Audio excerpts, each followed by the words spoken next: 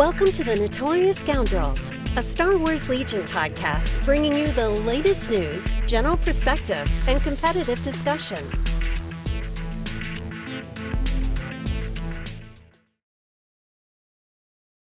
Hello and welcome back to the Notorious Scoundrels podcast. I'm Kyle. I'm here with Mike and Jay and Nema Ashjaee. What's up, man?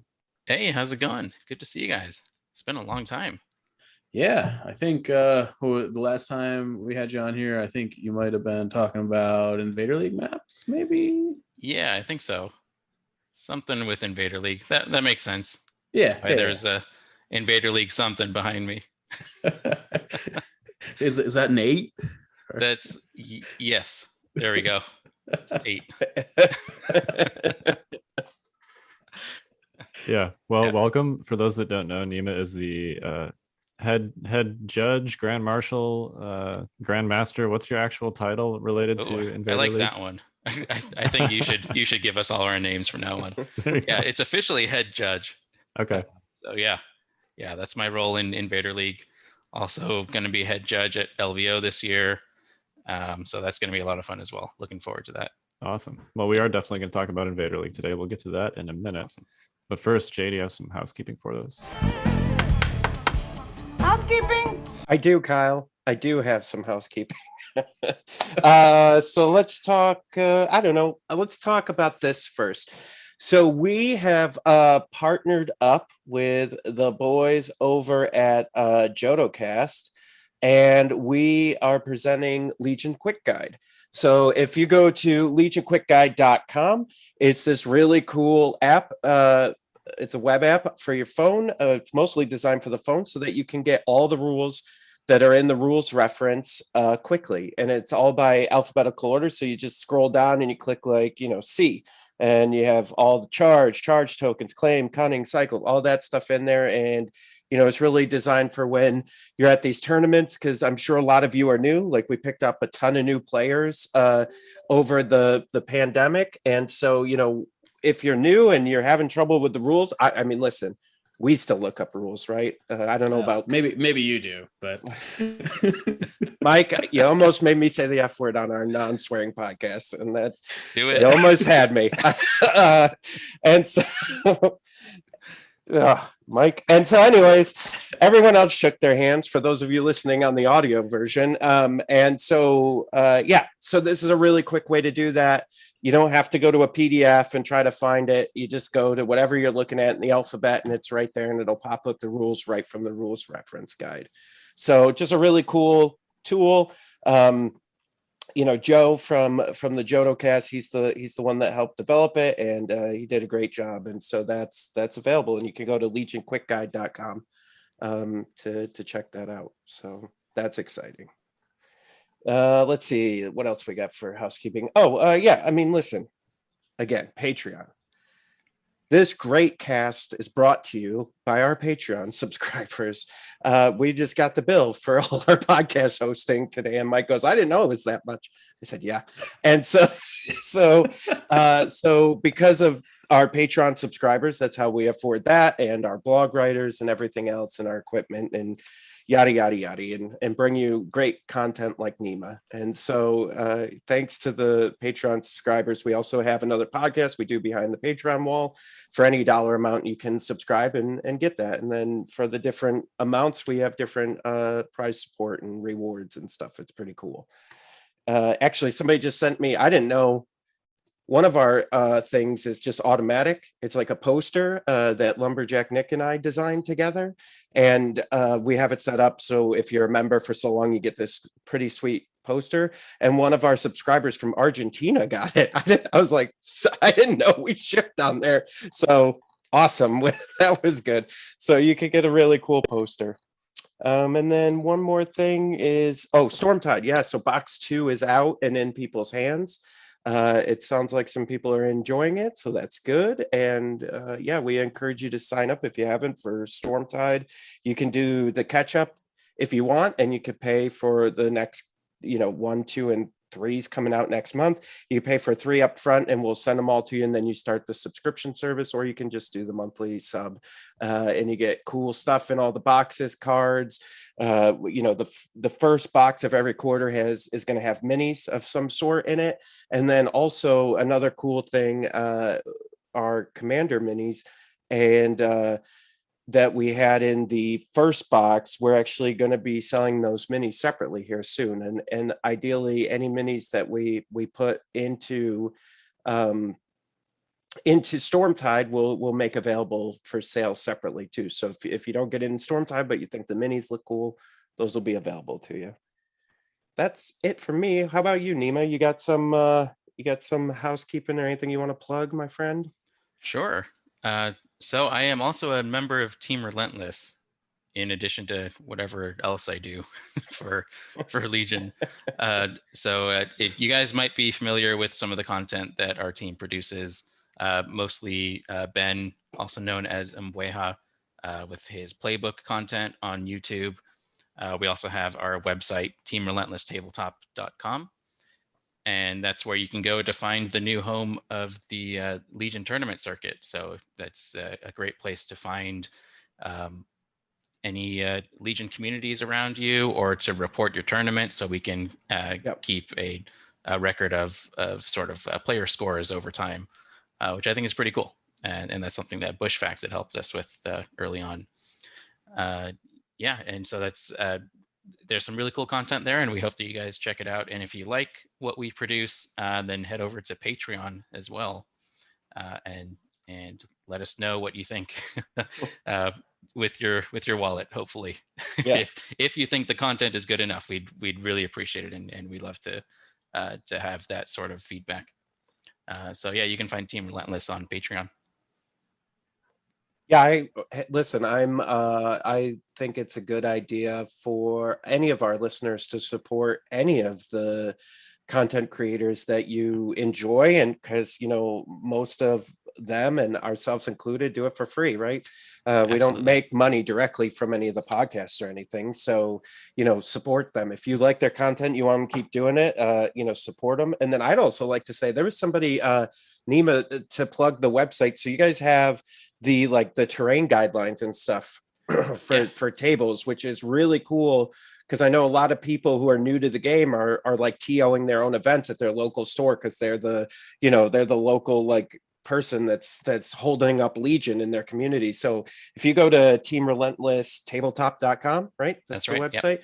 Yep. And you could go to the Legion tournament circuit, and they have terrain guidelines for setting up tables and stuff. And it's the stuff that we use at all the major tournaments for the most part. So yeah, for sure. Yeah, we try to make your TOing job as easy as possible. We got there's a couple other resources there, some links to tabletop TO, and I think there was a spreadsheet that we had as well that was helpful for setting up terrain reminders and things like that. So yeah, check it out, and definitely get in touch with us if there's anything else that you'd like to see on there, or if you have questions about TOing and building your community.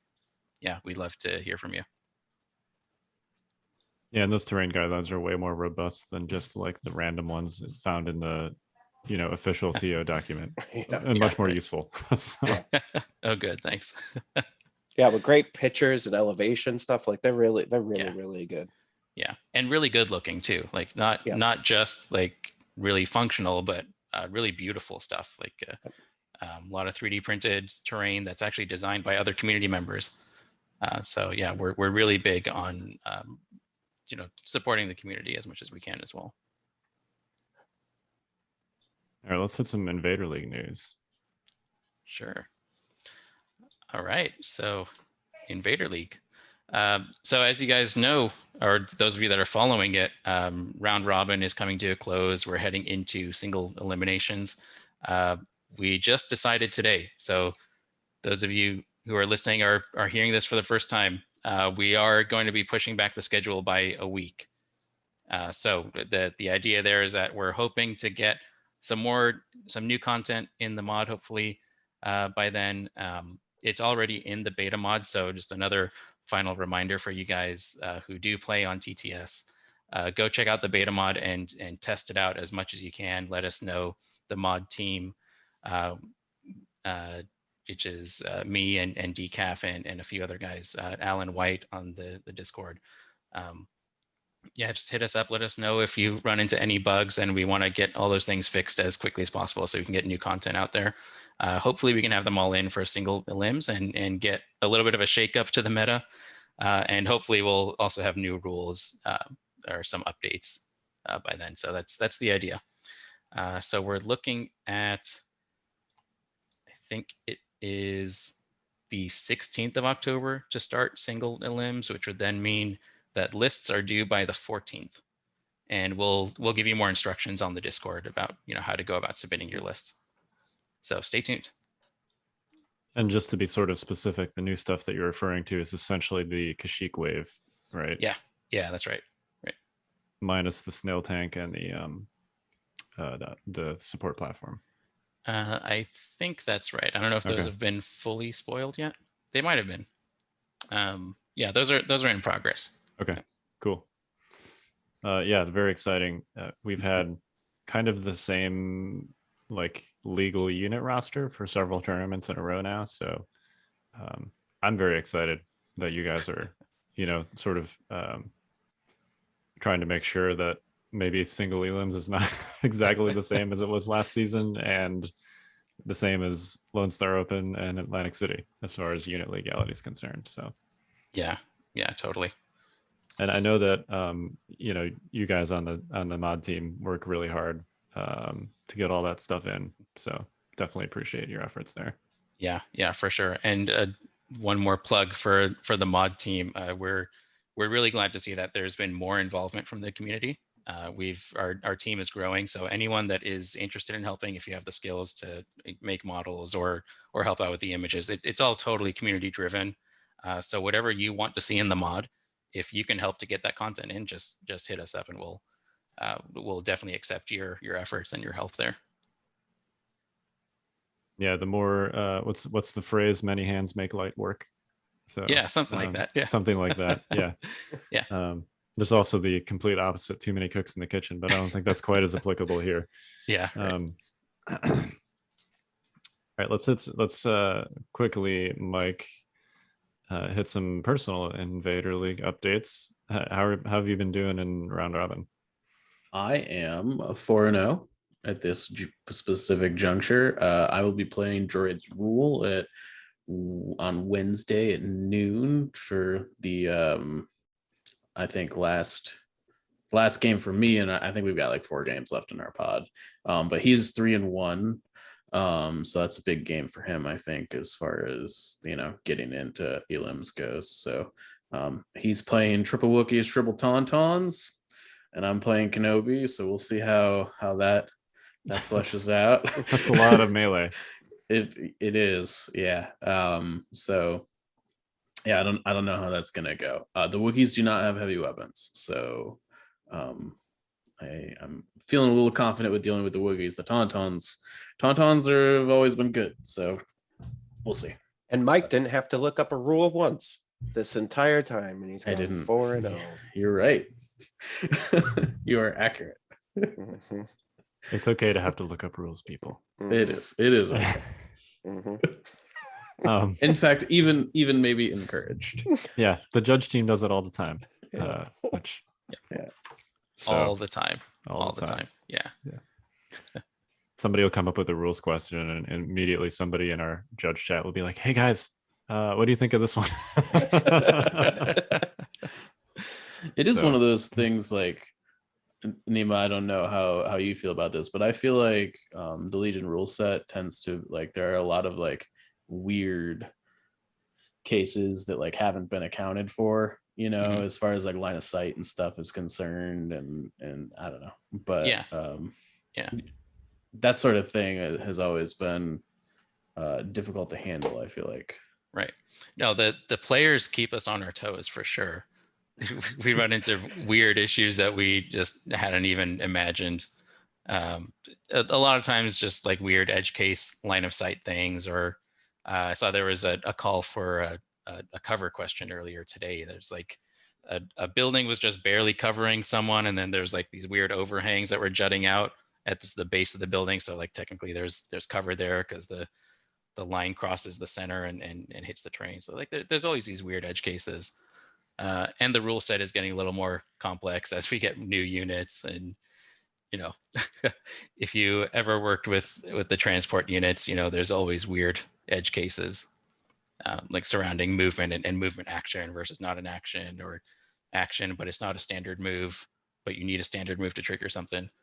Yeah, we have a lot of fun discussions in our judge chat. Yeah, and I would. think- Oh, sorry. Go ahead, Kyle. No, after you, Jay. I was just going to say, again, a lot of new players out there, right? And I think as tournament season is happening and all these tournaments are going on, and if you're going to your first tournament at your local store or one of these big ones, don't ever be afraid to ask a judge. And you know, Nema and I have played a couple of times, and I think that last game we had at LVO, before we even started playing, we were asking judge questions about terrain and what was going on the table and legal placement, and you know, and so that's always something you should do. It's never should be looked at as a negative thing, but only a way to positively influence the game. Totally. Yep. And you justify our existence as judges. Right. There you go. Yeah. If I recall correctly, that game directly led to the oblong base Yeah. rule for deployment, right? Yeah, Yeah, I think 'cause so. We were Fifth Trooper streaming. Mike and David were commenting, and Alex Davey was there, and I couldn't deploy my tank, and so it was a real interesting series of events. Yeah. Good thing we had Alex on hand. Yeah. Yeah, I think we can call that one the Jay Shalansky rule. Yeah. Yeah. How's your invader going, Kyle? Good. I have one game left. I'm 4-0 with I think only 4 victory points. All my games have been very close. So Yeah, my victory point count's kind of low too. I'm only at 6. I'm kind of yeah. I mean, it's just kind of how all my games go. You know, they're all like points wins, or you know, victory point ties, points wins, or like 1 victory point. Yeah, so I got one game left. I think I'm locked at this point based on how my group records and stuff are shaken out. And actually, I think the guy that I'm playing against has a chance to make it too. So we'll see. It seems like those games always end up being the last games that get played, you know? Yeah. Well, that's kind of how it works in a group that's like reasonably close, right? Is that you know, it's not decided till the end. Totally. Yeah, it's good. It's been a fun group. So all right. So let's hit our strategy section, which is going to be our main topic for today. Get ready for advanced tactics. So today we're going to talk about building unconventional lists. And unconventional, clearly a little bit of a subjective term, but we're going to go through some examples probably. And this is one of those things where you kind of know it when you see it. This came up actually as Nema was going through and looking at some of the more unusual lists in the 200 some odd lists that got submitted for Invader League. So this was actually his topic idea. So Nema, you want to first just kind of hit like maybe give us some crazy list examples, and then we can sort of collectively talk about how to go about building an unconventional list when you do that. Sure. Yeah. I've got a couple examples we can look at. So I think with Rebels in particular, it was a little difficult to come up with something that's unconventional, just because for me in particular, I think there's different ways that you can build lists that are pretty viable and that you actually see out there. Like I know right now the double bus list, or even a single bus with Wookiees is the new hotness, and that's what everyone wants to play. But we've also seen some armor skew lists with the airspeeder or some ATRTs in there. Tauntauns are always good. But the one thing that we don't see a whole lot is rebel gun lines, and it feels like that's pretty much completely fallen out of the meta at this point. So I threw together something that is, I don't know, reasonably viable. There's some thought behind it. It's not just like let's throw in everything that we don't see. So we start with Leia and Han, two commanders that we don't see a whole lot of these days. 5 rebel troopers with the DLT 20. We got Pathfinder with Bistan and offensive push and their config. We got a Mandalorian unit with Beskad, offensive push, recon intel, and some jetpacks, and then R2 with 3PO because you got to throw in R2. So the idea behind that is the Pathfinders and the Mandos are doing their objective thing. That's generally what rebels do. You're not winning by killing things. You're winning by scoring the objectives.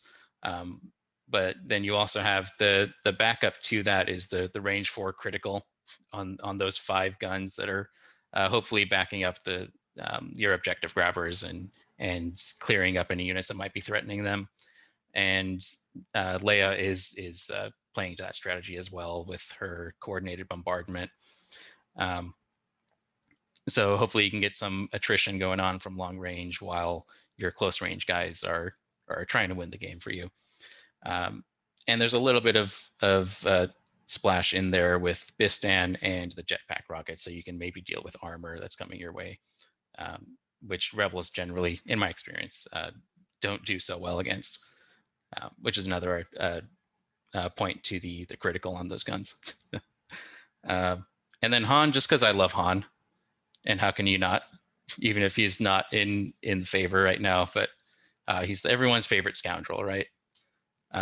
So yeah, I'm curious what you guys think about this as well. If you were to run something like this in the current meta, what are some of the pitfalls, or what would you think about going into against something like an AA5 list? Or against clones even? I like a lot of the things this list has going on defensively. Both Leia and Han have vigilance, and you've got 7 units with nimble in this list. Yeah. So this is definitely a very heavy dodge token list, which you're going to be pretty happy about as long as you're not running up against an AAT. Against clones, for example, one of the primary ways that clones do damage, regardless of what kind of clone list it is ARC sniper strike teams. And ARC sniper strike teams don't have high velocity like the Civil War era snipers do. They basically rely on critical and on just getting their sharpshooter to get hits past cover. So persistent dodge tokens actually are pretty effective at nullifying the damage that sniper strikes do. BX snipers too, but you tend to see those a lot less than arc strikes, obviously. So yeah, against clones, I think you're leaning on those dodge tokens to try and sort of mitigate that critical. Clearly, it doesn't help that much if you get blasted in the face by like a fire support. Yeah. Use your 1 dodge token nimble to pull 1 hit off like a 12 hit pool. But it definitely works against those arc strikes. And then against like a bus list, you're leaning on Bistan a lot with that ion token, and then just crit fishing basically with DLTs. Yeah, exactly. And that's sort of the thinking behind that list. That's the strategy. Just roll some crits, right?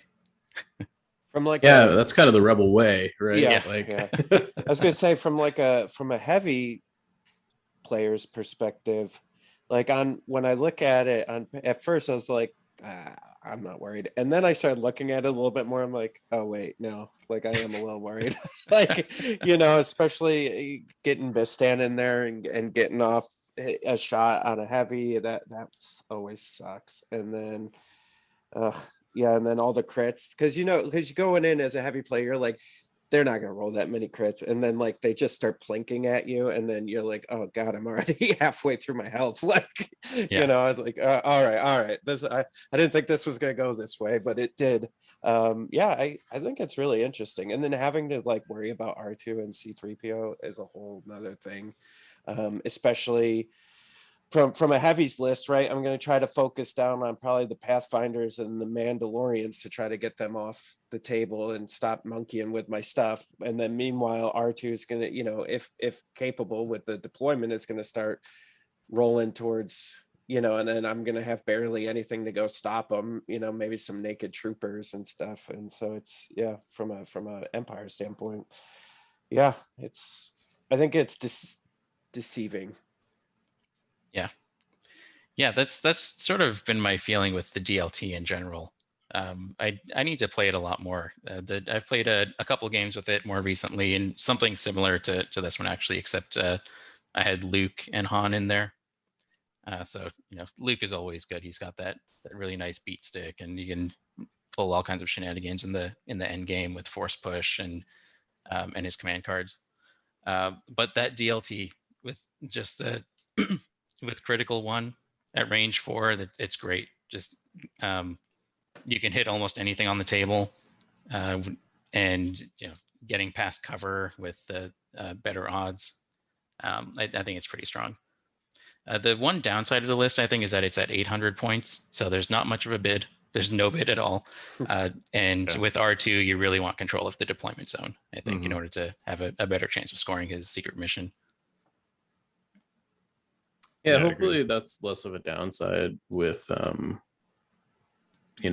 incoming card changes, but it's definitely the deployment zone specifically with R2, that's not going to fix a ton of, I think. Yeah, because at the end of the day, at least with R2, you're not bidding for any particular one deployment. There's basically like 4 R2 deployments, and then there's like 4 I don't have R2 deployments. So, you're kind of bidding for the deployment deck in aggregate if you have R2 or if you don't have R2. So, well, the 4-card change is great and amazing, and I love everything about it. It doesn't really address R2 directly. Does it go far enough? Question for next week's podcast. Yeah.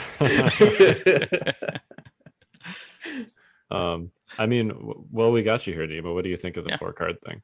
I love it, and I think we're for sure going to do that in single eliminations. So that's one change that we're going to see for sure. That's even if we don't get an RRG update by elims. Yeah. Okay. We're settled on that. We're doing it for sure. Yeah, I think it's great. Great. I'd love not to get forced on bombing run again this season. That would be wonderful. Going out like that didn't feel good. Yeah. Yeah, it would be interesting to map the number of games that have played bombing run before and after. I'm going to predict it's going to be a massive drop down to basically 0. Yeah. Yeah. No, I think it's great. There's so much more player agency, especially for red player. I don't think either player can really force much. The only way that any particular card might be forced if it involves decisions by both players, which I think is great game design. Yep. So yeah, I'm really excited to see it. All right, let's circle back and hit this second SKU list real quick, and then we can talk generally about SKU lists.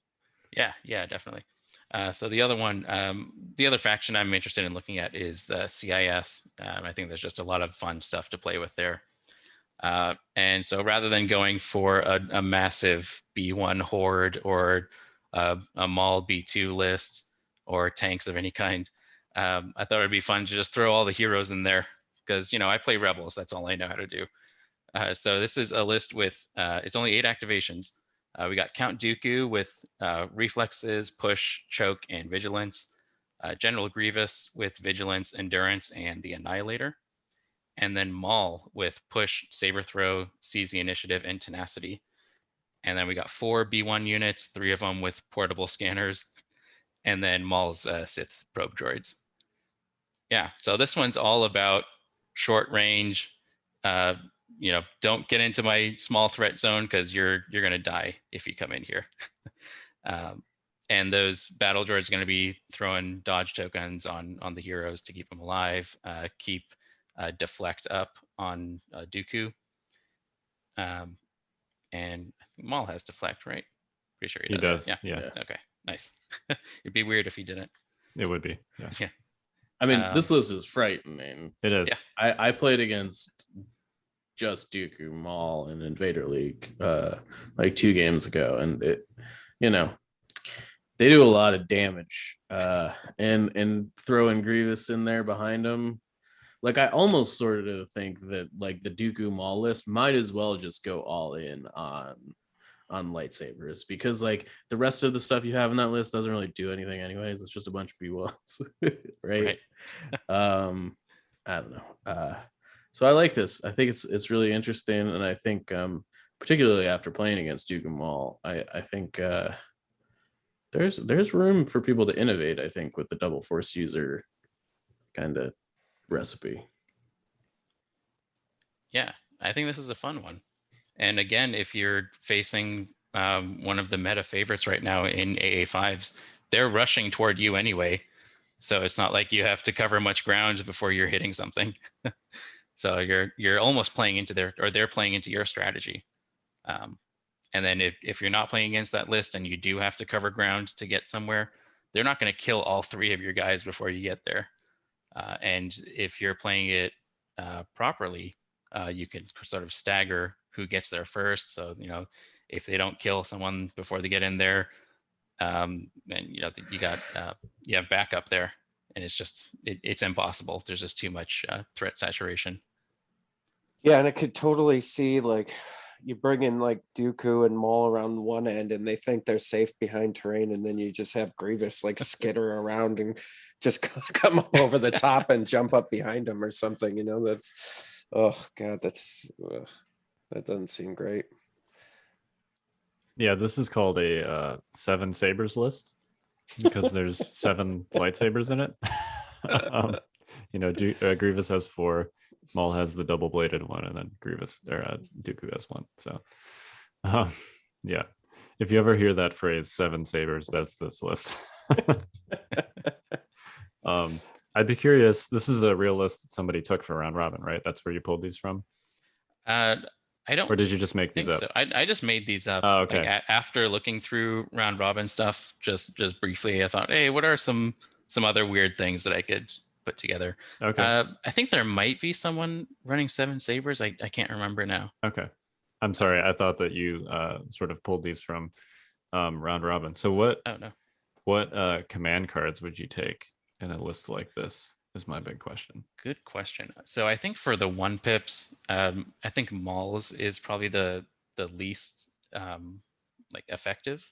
So I would probably drop his and take Dooku and Grievous's, because you want that Grievous bomb in there.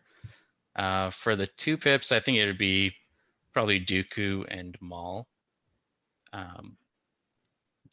Just so you have some options with Maul, you can infiltrate him if you need to, or if you're worried about him taking damage, or if you play into this as a strategy, you can use the 2 pip to prevent him from being attacked and just have throw him out there as the first one that's going to engage, sort of leading the attack. And then there's what are they going to do if that's the only one they can shoot at, and he's his 2 pip is protecting him. The 3 pip, I think, probably gets a little more interesting. Just kind of going off the top of my head, I think Dooku's is which one is that? That's not the one where he can return someone's token to the bag. That's his 2 pip. Yeah. Right. It gives a dodge token to tokens. three units, and then it also gives him the speed 2 move when he force lightning something. Right. Yeah. So I think I would do that one and then Maul's, because the 3 pip from Grievous, I think it's all right. It's just all right. Yeah, right, exactly. It's no General Kenobi. Exactly. No, it's definitely not General Kenobi. Right. Yeah. So I think those are the command cards I would run. The other sort of the variation that I was playing with here that I don't think I've seen in other lists is the portable scanners. So just giving those B1s something else to do than just walk around and score objectives, which they'll do anyway, but before they get there, they can throw out dodge tokens wherever necessary and really power up those vigilance upgrades. Yeah, one tweak I would consider probably to this list would be cutting a portable scanner and maybe seize on Maul for 1 uplink on the B1s. Because then you can either, trip that uplink to put all your core face-ups down on a 1 pip turn, and then give the last order to the probe droids, and then it's just all your characters in your bag. Oh, nice. or you can bounce to the probes. These probes don't have a relay, but you could certainly give them a relay and then relay like an extra order to one of the characters.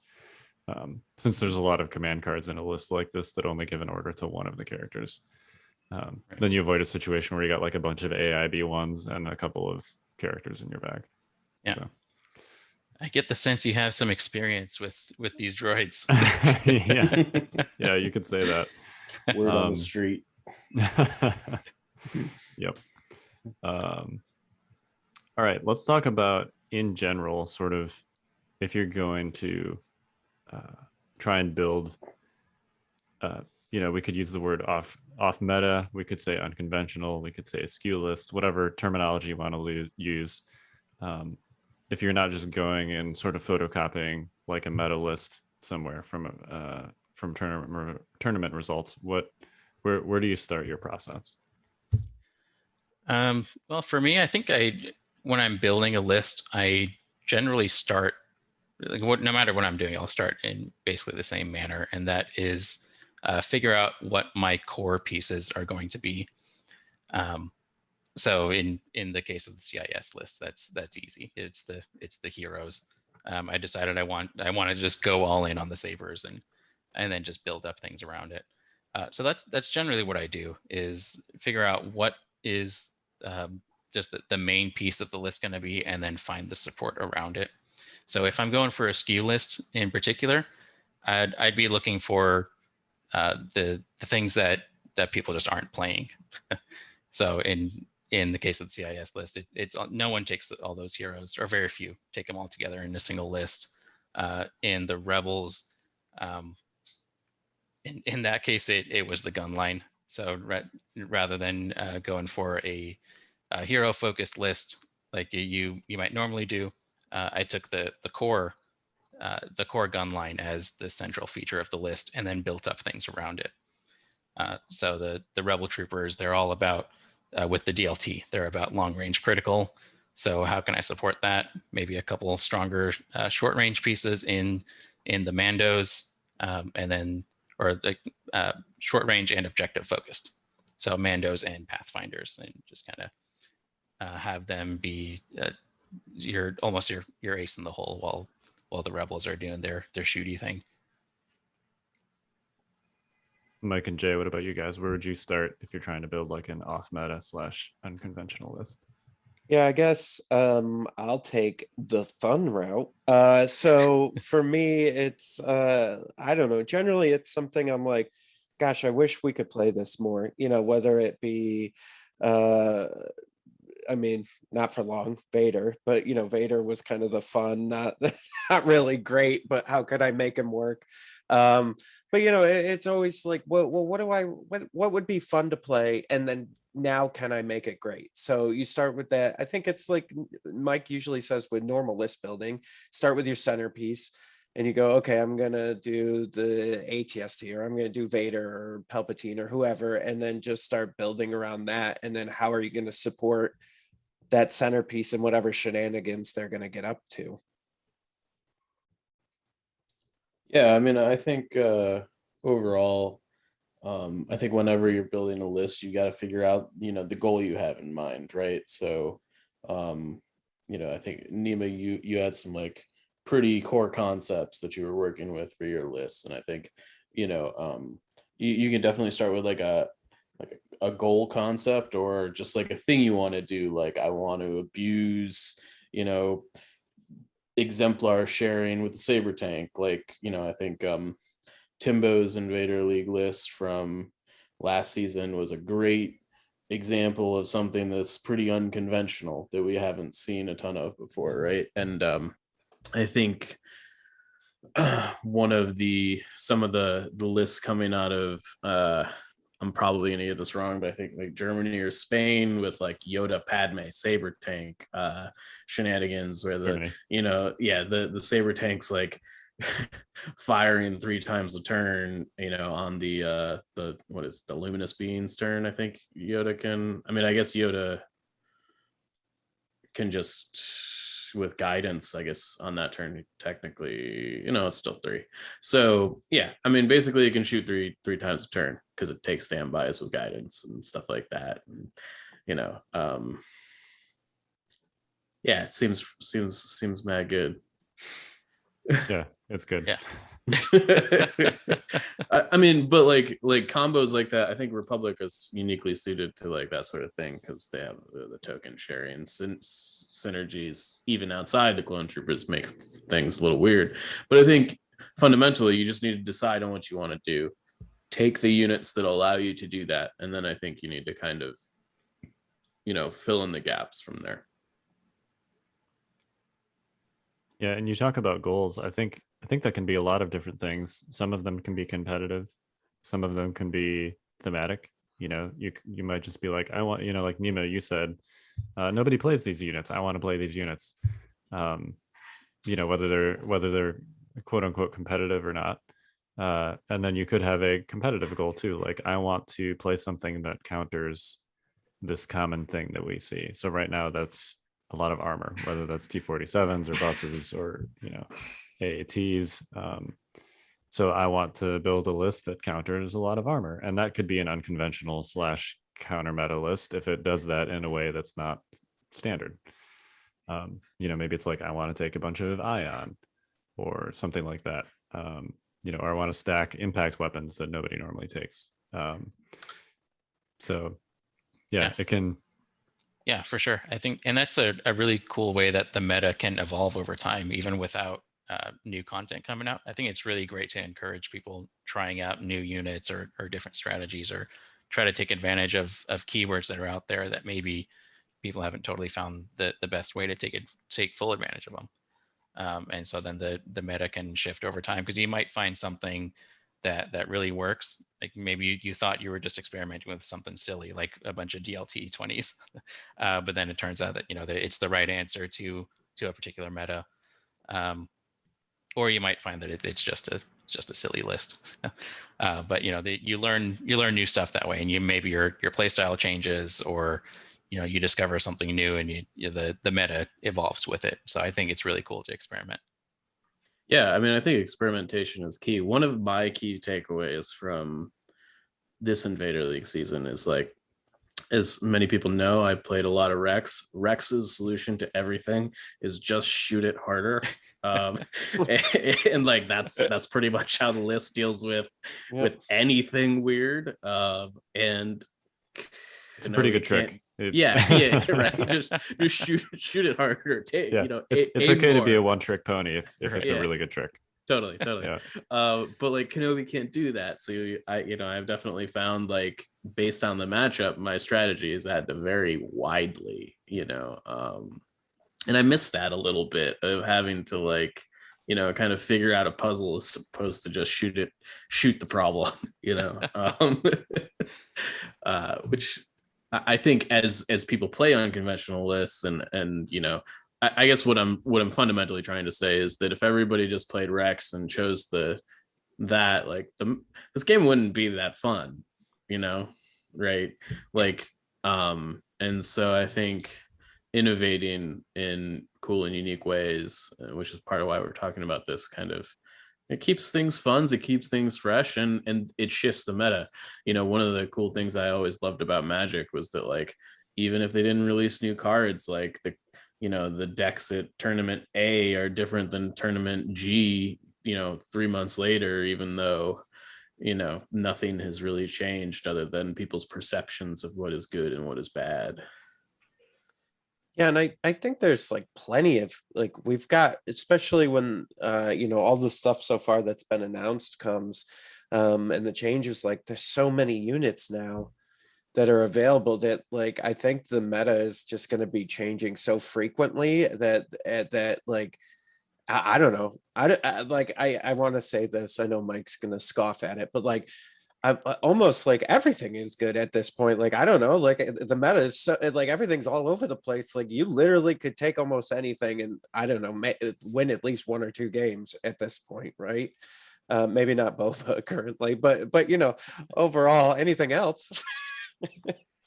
I think most units, I would say that there's, like, That's probably fair to say about 90% of the units in the game.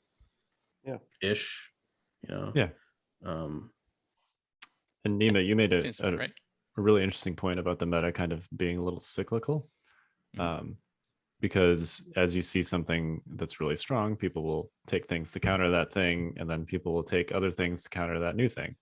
So, you look at something like Malby 2s, which you go back to Invader Season 5, out of 80 elims lists, there were 2 Malby 2 lists. And as it turns out, that list is a pretty good counter to like aggressive armor. But that wasn't really a thing back then, and now it's a thing. And now there's a ton of Malby 2 lists out there because of how good of, I don't know if you could call it like a hard counter to aggressive armor, but it's definitely a list that has maybe more answers than like a normal one would against something like that. So you get kind of the circle, and now people are like, well, what do I take to counter Malby 2s? So yeah. No, it's super interesting. I think anyone that's that played Armada, that game in particular went through that phase, which I thought was super interesting. There was a period with very few releases. I'm sure all the Armada players are like, yeah, we know.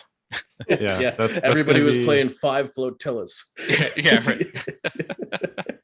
But yeah, for sure, people in that period were experimenting, and we saw exactly what you were talking about, where Demolisher was big for a while, and then people maybe found some counters, and the meta changed over time, and like there were no new releases. It was just people trying different things. So I think it's experimentation has proven that this totally happens, and it works.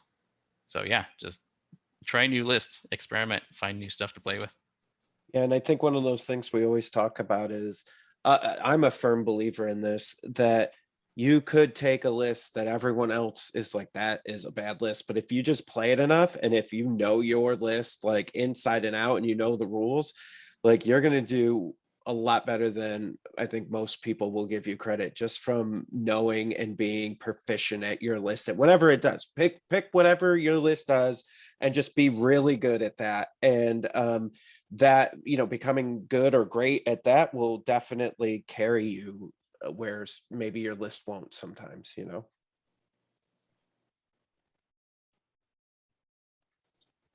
So let's do this real quick. Let's optimistically presume that the Kashyyyk wave stuff is going to be in there for single elims, or some other tournament that you're playing in the future.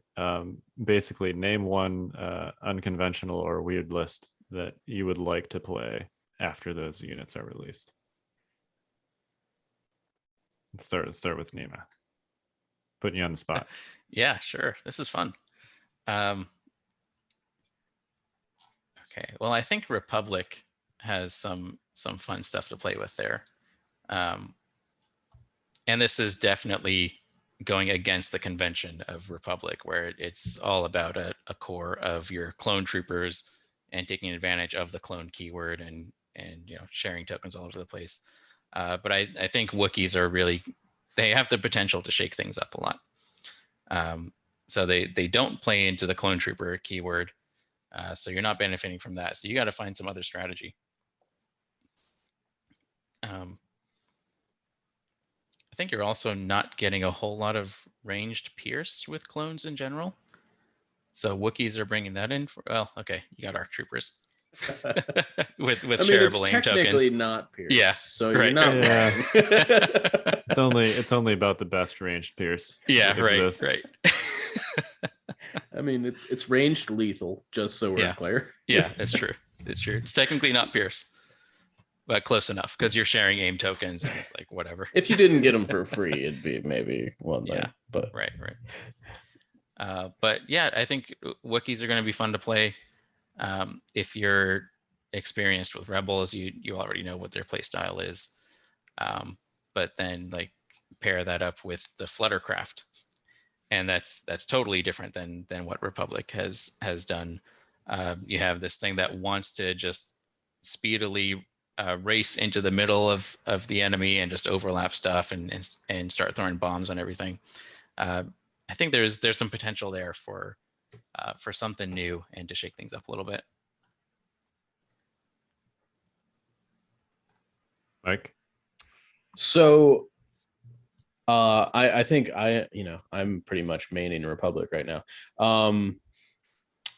I'm also probably, I think I'm gonna mess with the Fluttercraft if I had to I think maybe a one of Fluttercraft with the what's the NASP gunner specifically, and maybe kind of lean on some hardcore fire support shenanigans with a bunch of phase ones or something.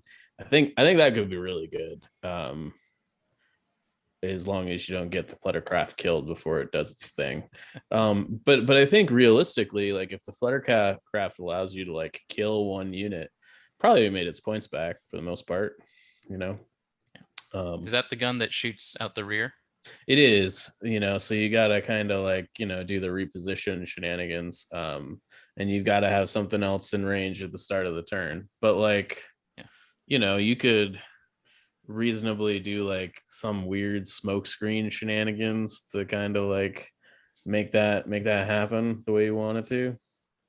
I don't know. We'll see. Yeah, I think it's interesting. That's speaking of things that totally are different than what you play. A unit that wants to almost exclusively shoot out the back.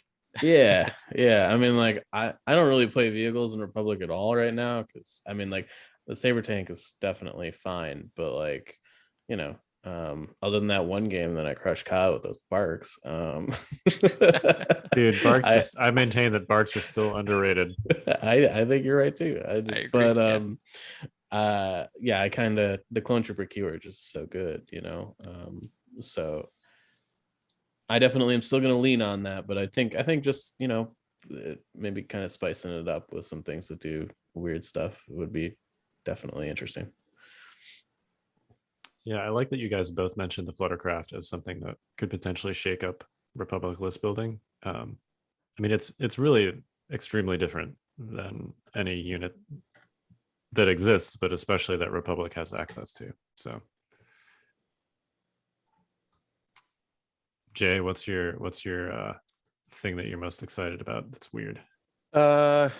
So if I have to pick the new stuff coming out, I would never play this, but I think it would be interesting. But I was thinking about what if you did 2 of the infantry support platforms and 2 bark speeders, and then like a bunch of phase ones and a clone commander. Like, and you just had a bunch of things with like speed and range. I don't know. You could do all kinds of weird stuff, right? Like they each got 2 or 3 weapons, so you could have like impact. You could have range 4 if you wanted. There's a lot of different stuff going on there, and you could just have like basically 4 speeding death machines just like circling around the battlefield. Can you get 2 clone commanders in there? And just get face up orders all over the place and fire support that platform. You could get 2 infantry support platforms with elite armor pilots, twin missile pods, 2 bark speeders with the bark ion gunner. I just picked that one, and then 3 phase ones with this DC-15 and 2 clone commanders for 731. that seems fun. Yeah, that's a lot of things to fire support too. Yeah. And it just seems wacky. So I'll since you guys all did Republic lists, I'll do a droid list. Shocker. I'm actually really excited about the spider droids. They just, besides being like pretty meme, they actually seem like they could be really effective. Being able to blow yourself up as a blast weapon is potentially game changing. But especially when you kind of lean into that rush forward identity, the like hyper aggro list, other than using force users to do that, which are kind of fragile, is not really like a list archetype that separatists can do in the same way that like rebels can. And I think the spider droids kind of unlock that a little bit. You could do like an all blast list with Kraken, 4 B2 HAs. Sorry, that's my son in the background being upset about having to go to sleep.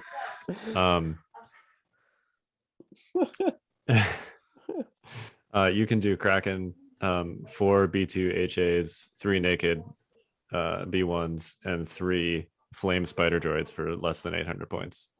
So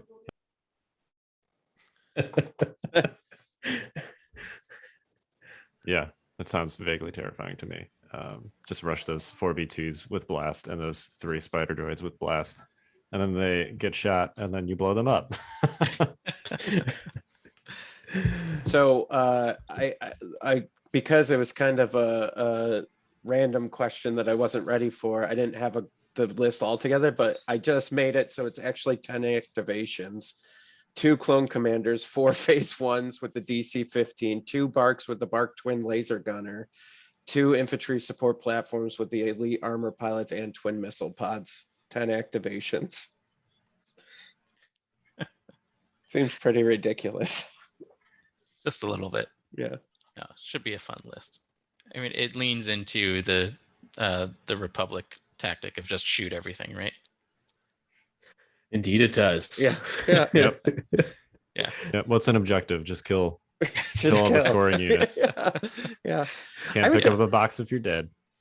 You know, with those spider the spider droids and like all this new stuff, like it's Legion is leaning into the things that made 40K and fantasy Warhammer great, right? Like the squibs and stuff, and both of those that just go blow themselves up, like, and they don't like you just run them in to the enemy and they like they got like TNT tied to them and they die, and as well as the enemy. Like, it's just all the best things of I think of how the units operate in 40K and fantasy, like Legion starting to introduce, and it's just great. It's just great. Yeah, there's definitely some sort of meme worthy things in Star Wars canon, and I feel like you just gotta kind of lean into that, Right. Like Ewoks, right? Ewoks are a perfect example. They're so ridiculous and yet so amazing. Yeah, they And are. I love that we're getting them. It means we could get like Gungans, who are kind of in that same category, right? Yeah. Yeah. Gungans, and I hope we get some Nemoidians and Mm-hmm. just all those different species. That's going to be so much fun. Yeah, definitely. Yeah. On a somewhat unrelated note, I love what they did with the spider droid with the program mechanic, where you can you pick a protocol of just how you want to build the thing out, like you're reprogramming it. I think that's awesome, and I hope we see some more things kind of playing with that. I think that'd be really cool. So what it does is you're essentially just choosing a different form of AI for your unit when you're building. So and it changes the point cost. So I'd love to see some more of that. Yeah, I love it conceptually. I wish that 2 out of the 3 of those are fairly punishing.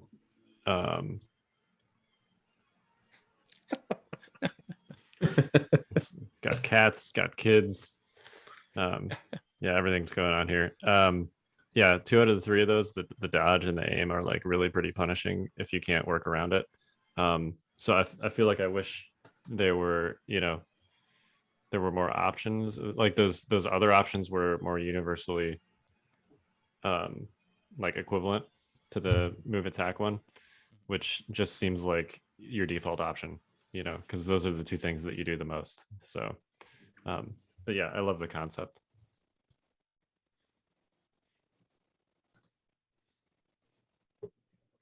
What is going on? Don't worry about it. So well, that's it, everybody. Kyle left.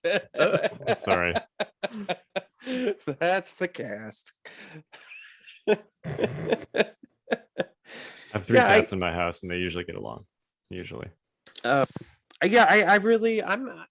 as much as we're getting to that point where there's so much stuff where I'm just, at first I was starting to get into droids, and then I was just like, oh god, I can't keep up with this. And so I'm just sticking to Rebels and Empire now for like purchases, and probably just playing Empire. But I'm just so happy that we're getting we're still getting stuff. There's still more stuff to play in this game. And I think when like Adepticon and even LVO, maybe when LVO and Adepticon roll around, like I just think the whole, like we're going to see stuff on the table that's just going to be insane. And that, you know, I think you'll run into at least one game that you're just like, oh yeah, I didn't see that coming, you know, and like you're going to have to figure it out on the spot. Yeah, I think that's good. Yeah. Getting people to think on their toes is good. You know, it's definitely a skill. Yeah, for sure. Yeah. And yeah, like you said, there's so much stuff coming out, and there's just so many options available. It's going to be great to play around with them and have to adapt to whatever it is you're seeing on the table at any time. Yeah, and I'm just looking forward to seeing things on a table for the most part. Yeah, I totally agree. Are you going to SoCal, Nema? I don't think so. Okay. It's still a possibility, but I'll try. Yeah, I would love to. Yeah, it's a little bit clearly there's a lot of variables right now for something like that. But yes, I'm with you. I'm definitely there's a lot of people out there that just want to use some real dice. Yeah. So all right, gentlemen. Well, any final thoughts? I don't I think think so. we hit a lot of it. Yeah. Yeah, I think the main takeaway is just experiment, Yep. try new stuff. Yep. Yeah, have fun with it. Yeah, and use proxies or something if you know, like if you just really want to mess around and you don't have all the stuff. Like if you want to do some crazy list with like 6 B2s in it, you know, and you're just playing at your kitchen table, who cares if you don't have 6 B2s? Like just be like, yeah, all right, these B1s, Your these are opponent. B2s. Well, I mean, if you're playing at your kitchen table, then they probably don't care. You clearly you don't want to do that in a tournament. Yeah.